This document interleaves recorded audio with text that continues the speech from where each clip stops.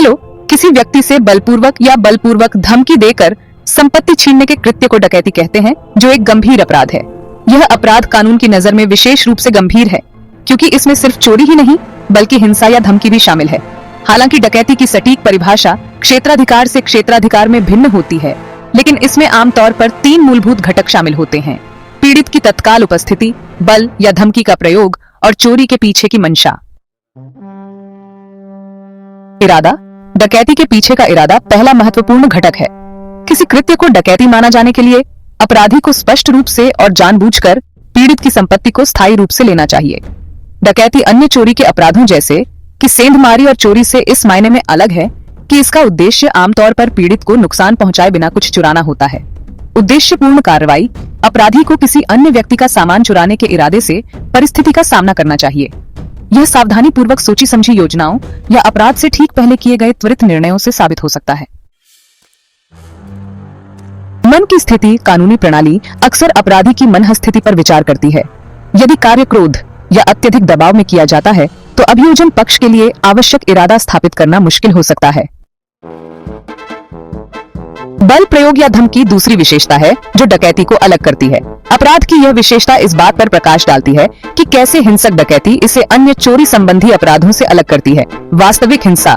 अगर अपराधी अपराध करते समय पीड़ित को शारीरिक नुकसान पहुंचाता है तो यह डकैती मानी जाएगी। उदाहरण के लिए, अगर कोई व्यक्ति किसी का बटुआ छीनने के लिए उसे मुक्का मारता है तो इसे डकैती माना जाएगा। हिंसा की धमकी। हिंसा की मात्र धमकी इस तत्व को संतुष्ट कर सकती है, भले ही कोई शारीरिक नुकसान न हुआ हो। जब कोई चोर पीड़ित से कुछ मांगता है तो वह उसे नुकसान पहुंचाने की धमकी देने के लिए हथियार भी दिखा सकता है। अपराध को साबित करने के लिए धमकी के मनोवैज्ञानिक प्रभाव आवश्यक हैं। जबरदस्ती और धमकी। डराने धमकाने वाली भाषा का इस्तेमाल करना या पीड़ित को अपनी सुरक्षा के लिए डराने धमकाने जैसी जबरदस्ती की रणनीति का भी इस्तेमाल डकैती में किया जा सकता है। इससे जबरदस्ती का माहौल बनता है जिसमें पीड़ित को बिना किसी विकल्प के मजबूर होना पड़ता है। तत्काल उपस्थिति। यह आवश्यकता कि संपत्ति पीड़ित के तत्काल आसपास से ली जाए डकैती का तीसरा महत्वपूर्ण घटक है। यह आवश्यकता लुटेरे और पीड़ित के बीच प्रत्यक्ष संपर्क पर जोर देकर अपराध की अंतरंग और हिंसक प्रकृति को उजागर करती है। प्रत्यक्ष संपर्क पीड़ित को संपत्ति को शारीरिक रूप से अपने पास से या किसी ऐसी जगह से लेना चाहिए जहां से वह जल्दी से उस पर नियंत्रण कर सके। उदाहरण के लिए, डकैती में किसी के हाथ से सीधे फोन छीनना या उसके कंधे से पर्स छीनना शामिल है। निकटता के विचार। तत्काल उपस्थिति को कैसे परिभाषित किया जाता है, यह अलग अलग होता है। उदाहरण के लिए, डकैती तब होती है जब कोई चोर पीड़ित का बैग जबरन ले लेता है जबकि पीड़ित उसे पकड़े हुए होता है। फिर भी अगर बैग को सार्वजनिक स्थान पर लावारिस छोड़ दिया जाता है और अपराधी पीड़ित के पास आए बिना उसे ले जाता है तो इसे डकैती के बजाय चोरी माना जा सकता है। भावनात्मक और मनोवैज्ञानिक प्रभाव। पीड़ित के भावनात्मक आघात को तत्काल उपस्थिति तत्व द्वारा और अधिक उजागर किया जाता है। लुटेरे के साथ टकराव का एक दीर्घकालिक मनोवैज्ञानिक प्रभाव हो सकता है जो अपराध वर्गीकरण को साधारण चोरी से ऊपर उठा देता है। डकैती क्या है? दक्षिण एशिया में, विशेष रूप से भारत और पाकिस्तान जैसे देशों में, डकैती शब्द एक विशेष कानूनी अवधारणा को संदर्भित करता है। यह एक विशेष प्रकार की डकैती को संदर्भित करता है जिसमें कई अपराधी अपराध को अंजाम देने के लिए सहयोग करते हैं। चूंकि डकैती संगठित होती है और इसमें आमतौर पर मानक डकैती की तुलना में अधिक हिंसा शामिल होती है, इसलिए इसे अधिक गंभीर अपराध माना जाता है। इस अपराध में पूर्व निर्धारित समूह सहयोग और सार्वजनिक सुरक्षा के लिए गंभीर जोखिम सभी मौजूद हैं।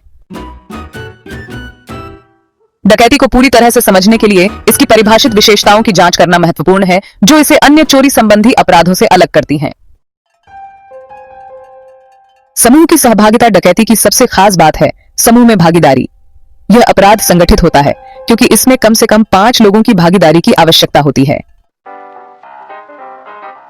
सामूहिक कार्रवाई। डकैती के विपरीत, जिसे एक ही व्यक्ति द्वारा अंजाम दिया जा सकता है, डकैती के लिए कई अपराधियों के सहयोग की आवश्यकता होती है। पीड़ितों को इस सामूहिक कार्रवाई से विशेष रूप से सावधान रहना चाहिए क्योंकि इससे अक्सर बल और धमकी का प्रयोग बढ़ जाता है। साझा जिम्मेदारी। समूह का हर सदस्य दूसरों के कामों के लिए कानूनी रूप से जिम्मेदार होता है। साझा जिम्मेदारी के विचार के कारण हिंसा या चोरी के वास्तविक कृत्य में छोटी भूमिका निभाने वाले लोग भी कठोर कानूनी नतीजों के अधीन हो सकते हैं। डकैती और लूट के बीच मुख्य अंतर। डकैती और डकैती के बीच के अंतर को समझना सामाजिक और कानूनी ढांचों में उनके परिणामों की सराहना करने के लिए महत्वपूर्ण है।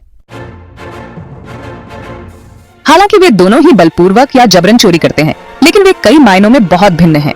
अपराधियों की संख्या, इसमें शामिल लोगों की संख्या, डकैती और लूट के बीच सबसे स्पष्ट अंतर है। एक अकेला व्यक्ति डकैती कर सकता है। इसका तात्पर्य यह है कि एक अकेला व्यक्ति बल प्रयोग करके या बल प्रयोग की धमकी देकर पीड़ित से सीधे संपत्ति चुराकर अपराध को अंजाम दे सकता है। उदाहरण के लिए, एक अकेला व्यक्ति हथियार लहराते हुए एक सुविधा स्टोर में जाता है और कैशियर से पैसे मांगता है। चाहे अपराधी अकेले काम करे या नहीं, ये स्थिति डकैती के रूप में योग्य है। दूसरी ओर, डकैती में कम से कम 5 लोगों की भागीदारी की आवश्यकता होती है। ये शर्त इस बात पर जोर देती है कि अपराध कितना समन्वित और संगठित है। समूह गतिशीलता के परिणाम। कई अपराधियों के एक साथ काम करने के परिणाम स्वरूप अक्सर धमकी और हिंसा की संभावना बढ़ जाती है। जब एक समूह मौजूद होता है तो अपराध की तीव्रता बढ़ सकती है। दोनों ही मामलों में पीड़ितों पर शारीरिक और मनोवैज्ञानिक प्रभाव पड़ता है। उदाहरण, 6 लोग एक साथ मिलकर एक अमीर घर में डकैती की योजना बनाते हैं और उसे अंजाम देते हैं। अपनी संयुक्त ताकत का इस्तेमाल करके घर के लोगों को वश में करते हैं और कीमती सामान लूट लेते हैं। यह देखते हुए कि कितने लोग शामिल हैं, यह परिदृश्य डकैती के रूप में योग्य है। अपराध की गंभीरता। हालांकि एक गंभीर अपराध डकैती को आमतौर पर डकैती से कम गंभीर माना जाता है। अपराध की विशिष्टताएं जैसे कि हथियार का उपयोग या पीड़ित को चोट पहुंचाना अक्सर किए गए अपराध के प्रकार को निर्धारित करते हैं। डकैती के दंड बहुत भिन्न होते हैं, लेकिन वे आमतौर पर डकैती के दंड से कम कठोर होते हैं, खासकर जब केवल एक अपराधी हो। जहां डकैती को अक्सर अधिक गंभीर अपराध के रूप में देखा जाता है, क्योंकि जब कई अपराधी शामिल होते हैं तो पीड़ितों को अधिक धमकी और हिंसा का सामना करना पड़ सकता है। डकैती सार्वजनिक सुरक्षा के लिए अधिक जोखिम पैदा करती है, क्योंकि इस सामूहिक कार्रवाई से अक्सर उच्च स्तर की योजना और समन्वय का संकेत मिलता है। डकैती में आमतौर पर अकेले डकैती की तुलना में अधिक सावधानी पूर्वक योजना बनाने की आवश्यकता होती है, जो यह दर्शाता है कि अपराधियों ने अपनी योजनाओं पर काफी विचार किया है। कानूनी प्रणालियां इस जानबूझकर किए गए दृष्टिकोण को सावधानी से देखती हैं। इसकी गंभीरता के कारण कानूनी प्रणालियां डकैती के लिए लंबी जेल अवधि और अधिक जुर्माना जैसी कठोर सजाएं लागू करती हैं। कई बार डकैती को संबंधित क्षेत्राधिकार द्वारा डकैती की तुलना में अधिक गंभीर अपराध माना जाता है। डकैती के लिए सजा। इस धारा के अनुसार जो कोई डकैती करता है उसे आजीवन कारावास या कठोर कारावास, जिसकी अवधि 10 वर्ष तक हो सकती है, से दंडित किया जाएगा और वह जुर्माने के भी लायबल होगा। इसलिए बीएनएस की धारा 310 डकैती और उससे जुड़े अपराधों के लिए सजा का प्रावधान करती है। समूह दायित्व। यह विचार कि डकैती करने वाले समूह के सभी सदस्यों पर आरोप लगाया जा सकता है, डकैती का एक मूलभूत घटक है। इस कानूनी ढांचे के कारण जो लोग संगठित समूह का हिस्सा थे लेकिन चोरी या हिंसा के कृत्य में सीधे तौर पर शामिल नहीं थे, उन्हें भी जवाबदेह ठहराया जा सकता है। परिणाम स्वरूप कानूनी परिणाम सभी संबंधित पक्षों पर लागू किए जा सकते हैं, चाहे उनकी संलिप्तता की डिग्री कुछ भी हो, जो सामूहिक आपराधिक व्यवहार की गंभीरता को रेखांकित करता है। संगठित अपराध में शामिल होने पर विचार करने वालों के लिए दांव बढ़ाकर यह सिद्धांत एक निवारक के रूप में कार्य करता है।